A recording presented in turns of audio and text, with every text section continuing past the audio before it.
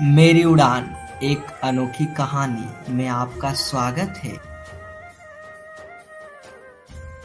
नमस्कार दोस्तों, आज हम बात करेंगे कि भगवान पे भरोसा क्यों रखते हैं और कैसे रखते हैं और क्यों रखना चाहिए। तो आइए इस कहानी के माध्यम से हम जानते हैं। ऋषिकेश में गंगा जी के किनारे एक संत रहा करते थे।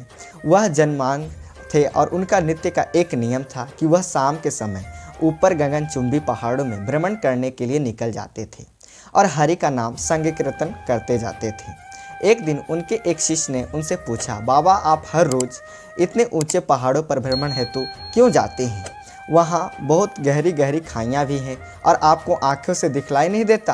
क्या आपको डर नहीं लगता अगर कभी पाँव लड़खड़ा गए तो बाबा ने कुछ नहीं कहा और शाम के समय शिष्य के साथ चले गए। पहाड़ों के मध्य थे तो बाबा ने शिष्य से कहा, जैसे ही कोई गहरी खाई आए तो बताना। दोनों चलते रहे और जैसे ही गहरी खाई आई, शिष्य ने बताया कि बाबा गहरी खाई आ चुकी है। बाबा ने कहा, मुझे इसमें धक्का दे दो। अब तो शिष्य इतना सुनते ही सकपका गया।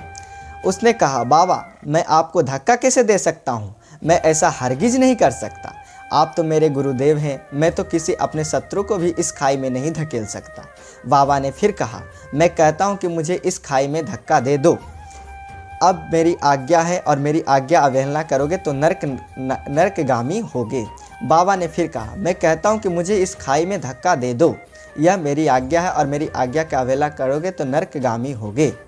शिष्य ने कहा, बाबा मैं नरक भोग लूँगा मगर आपको हरगिज इस खाई में नहीं धकेल सकता। तब बाबा ने शिष्य को कहा, अरे नादान बालक, जब तुझ जैसा एक साधारण प्राणी मुझे खाई में नहीं धकेल सकता तो बता मेरा मालिक भला कैसे मुझे खाई में धकेल देगा?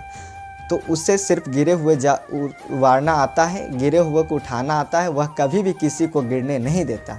वह पल पल हमारे साथ ही, बस हमें विश्वास रखना चाहिए।